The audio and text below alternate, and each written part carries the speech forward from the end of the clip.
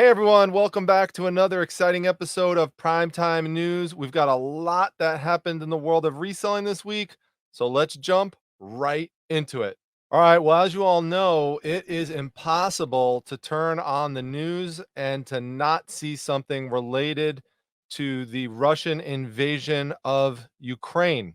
And as I mentioned last week, this was going to be one of these topic areas that started to impact things in the reselling community and that I was going to cover it, particularly since, and I'll mention this again for those who don't know, I am half Ukrainian, so I do come to it with that bias, and I'm going to pay extra special attention to it for that reason. But this week, Etsy really stepped up to the plate. Let me show you what they did. Now, Etsy not only has sellers in North America, they have sellers all over the world, including the Ukraine. And so what Etsy announced this week is that they were wiping out $4 million in Ukrainian seller balances. And so once they added up all of the transaction fees and the listing fees and other fees on the platform, that's the number that it came out to. So they completely wiped out all of the debt. There literally is no remaining debt on Ukrainian sellers. And I'm sure that's something that is greatly appreciated by them because anything that big companies can do right now to decrease the financial burden on the Ukrainians should definitely help them out significantly. And I should also mention, Etsy has done some other great things for sellers as well. If you remember the story that I presented a few weeks ago on the broadcast, Etsy had provided a donation to help start the business for the G's Bend quilters. And they lived in an impoverished area and they were having difficulty getting their product directly to market, and there were people who were kind of ripping off their product and stuff. And so Etsy really helped them out, so that's a great thing. Now, I did cover also a few weeks ago the Etsy exposed story on how they had sellers who are selling things on the platform that are supposed to be handmade, but they really are mass produced. So it's not like Etsy's perfect, don't get me wrong, but I want this to be a fair broadcast. So if the platforms do something that is wrong, I'm going to mention it. But if they do something that deserves a compliment, I'm going to mention that as well, not only for Etsy, but for eBay and all the other platforms. It can't just be all negative and it can't just be all positive. It just has to be what it is. All right, now speaking of Etsy and its emphasis on handmade and customized products, they're really the platform that is best positioned to quickly respond to bring products to market that's related to something popular or big going on in the news, such as the Russian invasion of Ukraine. And as you could see here, the president of Ukraine, Volodymyr Zelensky, uh, goods related to his image and to things that he has said has started to flood the internet, and in particular Etsy. If you go over to Etsy right here on the website, you could see there's all sorts of things. There's bow ties, there's stickers, there's funny shirts that say Puck Putin, there's other shirts that are more general that say stand with Ukraine. Some don't even say the word Ukraine, but have the country there and say peace in the world and have the Ukrainian colors. So my question for those of you watching to put in a comment section is, what is your opinion on or if it is right or wrong to sell these types of products? When I say when, should there be a waiting period between the time, let's say, an invasion happens and you decide to actually put products up? Um, if not, let me know that. But also let me know if there's certain types of products you think shouldn't be sold. Like, do you think there's not a place for funny and more humorous products and to make money off of that when there's people who are suffering and going through such hardships? Some people will take a free market capitalist approach to it, which is that, hey, listen, you're making a product and people are enjoying it. Sometimes you need to counter tragedy with humor. Sometimes it's okay to make some money on a tragic situation because depending on the type of product that you're making, let's say a bow tie or something that raises awareness and support. I mean, you are spending time, creating that product and providing something good to people. So stands to reason you should be able to make some money off of that. But then and that's generally my feeling on it is the free market approach. But at the same time, there's also the issue of it being tasteful. You want to make sure it's tasteful. Um, and there's kind of a subjective line there. What some people think is tasteful, others won't. And then there's the issue of, should some of the proceeds go to charity to help the Ukrainian people? So if you are making money off it, do you take 10, 20, 50%? What's the number? I mean, I don't think there's necessarily a right or wrong answer to this, but I think that there's room for a lot of different opinions, and I'd love to hear what you have to say down below. All right, and now in the weirdest way this week that the Russian invasion of Ukraine interfaced with reselling was this weird rumor that had been going around based on a faked photograph that the Ukrainians had seized Russian tanks and were selling them on eBay for $400,000. No, that's actually not happening. Again, they just faked the photo and put it up there. Someone just did that to gain attention, and people just start spreading it around. And I love the website Snopes.com, which you can see that's where I'm at now. I've actually been using Snopes for decades to always take down when someone has some ridiculous conspiracy theory or some strange rumor, something that's not based in facts, and you just want to send them something that just totally takes down and shows you all the reasons why what the myth is isn't true. Always go to Snopes. They have so much stuff there. It's definitely a trustworthy site. Um, they point out here that this image that's on this faked eBay listing has been online since 2010. So not true, folks. Don't expect that you could go to eBay and buy a Russian tank. And speaking of eBay, a few important updates here. As you can see on the screen, they have officially started the trading card authentication for ungraded cards that sell for $500 or more. There are a few exceptions to this, which you could read in the fine print. I just wanted to let you know that that's what's going to happen now. I had mentioned it a few weeks ago in the broadcast that this was coming. So basically, what's going to happen if the card sells for $500 or more, eBay is going to send it out for that authentication, and then it's going to make its way over to the buyer. And in some eBay community announcements this week, they said that they are going to hold the eBay Open event virtually again this year. So that is an annual event where sellers could get together with other sellers and eBay staff members. It's going to take place over a 3-day period, the week of September 19th. And they also announced they are going to bring back the regional seller meetings. So that's where they'll go to a specific region of the country. Let's say the Northeast. They might pick New York City. They might go down south to Miami, and go also to different regions to meet with people. Sometimes these meetings will be in person. Other times they'll be virtual. You just have to go to this page over here, sellerevents.ebay.com/seller meetings, and that will take you to the announcements of any upcoming events. So if you're interested in that, just check out that site and explore by region, as you can see down here. All right, now in another piece of eBay news, and this is a continuation of a topic that we've been talking about a lot on this newscast, which is eBay's attempts to continue to go after what they refer to as high value buyers. So people who spend a lot of money on the platform. So they've been, as we talked about last week, going after people who are willing to purchase really expensive luxury watches.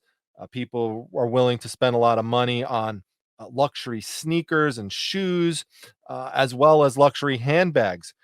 And in this article, what they talked about is what they're going to focus on next is, wait for it, wait for it. What do you think it is? Motor parts. Motor parts? Now, according to the article, they've seen a big explosion in their motor parts selling part of the business. There's a whole section called eBay Motors, and that they're doing really well there, and they want to double down on it. I don't doubt that that's true that they're doing well with the motor stuff. It just doesn't seem to me to match up with those other categories. Like I could see how luxury watches and handbags and sneakers and fancy shoes go together, but then bringing motor parts into that just seems weird to me. But that's their approach. They think that's going to appeal to Gen Z.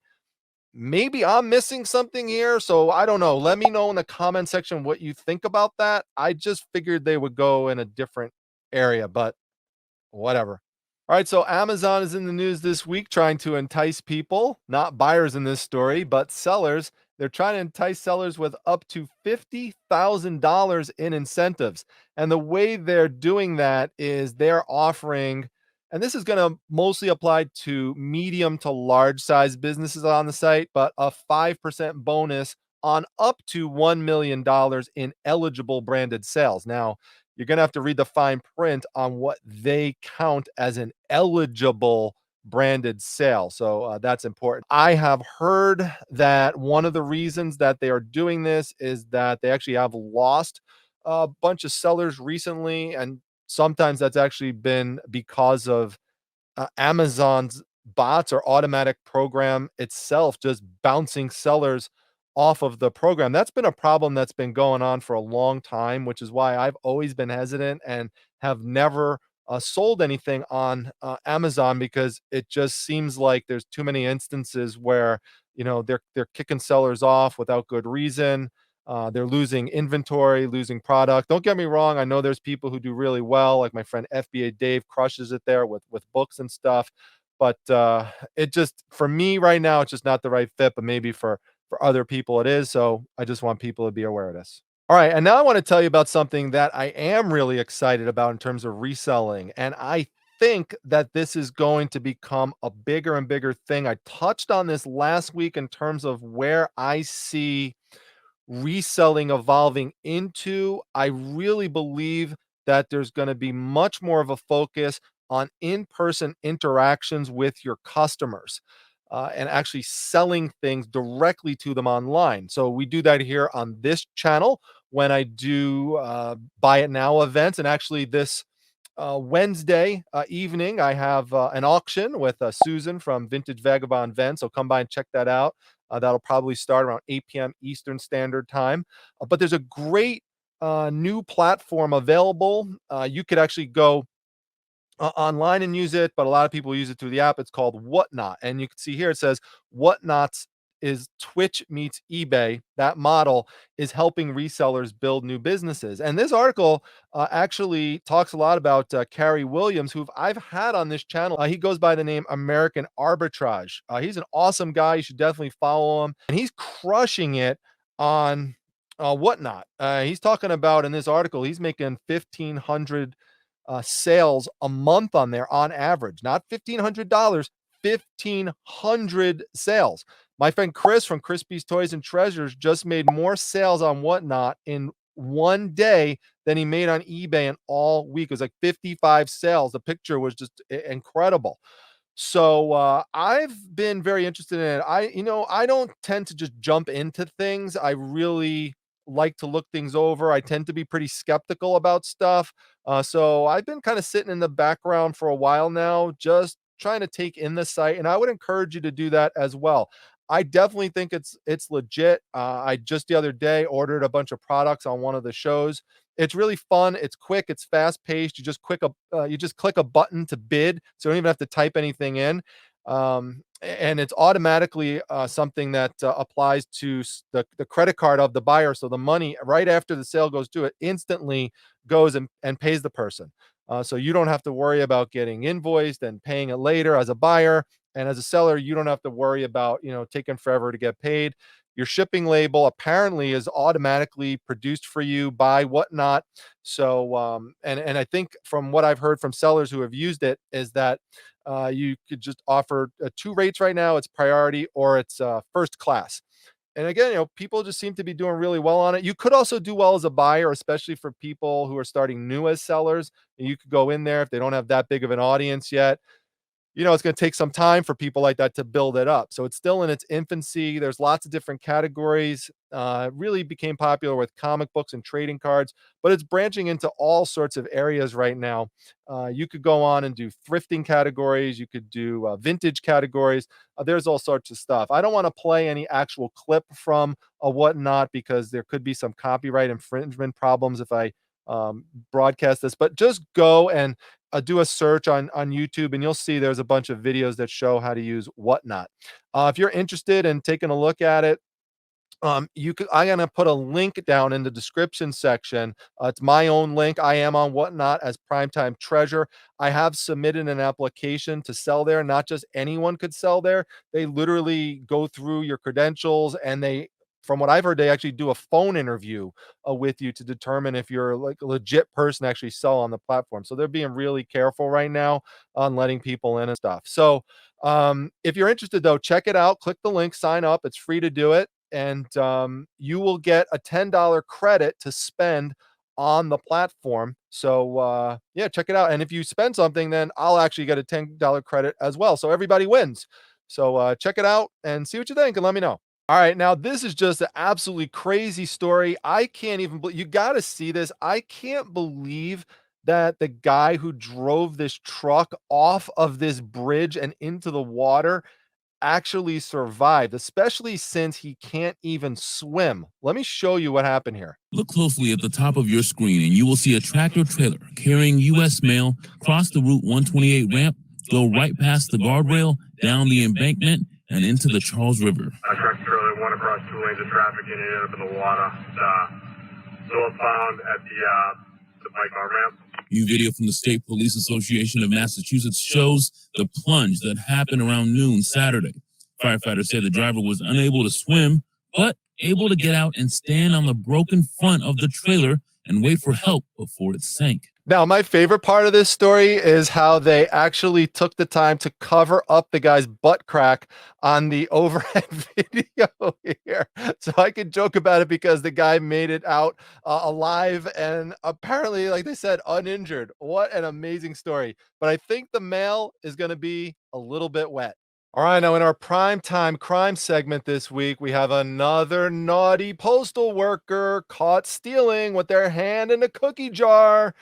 This time, we've got a 26-year-old postal worker who admitted to stealing $40,000 worth of sports cards from the mail. Sometimes, things could go missing, not from the place you're sending it to. It could go missing because the postal workers are looking at it. They're handling this stuff a lot, so they know the types of packages that, graded sports cards, for example, are coming in. They'll see how the containers are marked and stuff, and they'll start opening things up and looking. And in this case, the person, one of the cards that was stolen that really brought a lot of attention to it was there was about a $2,000 Kevin Durant card that a Kansas City collectibles customer complained that he never received. And so there was eventually an investigation that took place, and then people started to see, hey, wait a minute, there's lots of other cards that are missing. They put two and two together. They start narrowing things down to this particular postal worker. They go to the guy's place where he lives. They find 440 pieces of mail at his home, and 94 other cards that he stole that are worth $40,000 approximately. So now he faces 5 years in jail, and that's a federal crime. So remember, when things are going across state lines, it becomes federal. I don't think a lot of people realize that when they commit crimes and they work for the post office. Well, here we go again. Disney versus resellers. So what's happening this time is that there is a new hotel opening up on Disney property. It opened on March 1st, called the Galactic Star Cruiser. So this is a immersive experience that's Star Wars based, and it's expensive too. $6,000 for the 2-day experience. So as part of the experience, you get the opportunity to get this exclusive merch, one of which happens to be this special lightsaber that you see in the case there. So what some sellers were doing is that they knew that this was going to be an exclusive perk available to them when they got there. So they were literally listing them as pre-orders on eBay. And so you could see here, this pre-order sold for, I don't know what the best offer was that was accepted, but they were listing them for $1,500. Here's one that says they had the hilt in hand that sold for $1,000.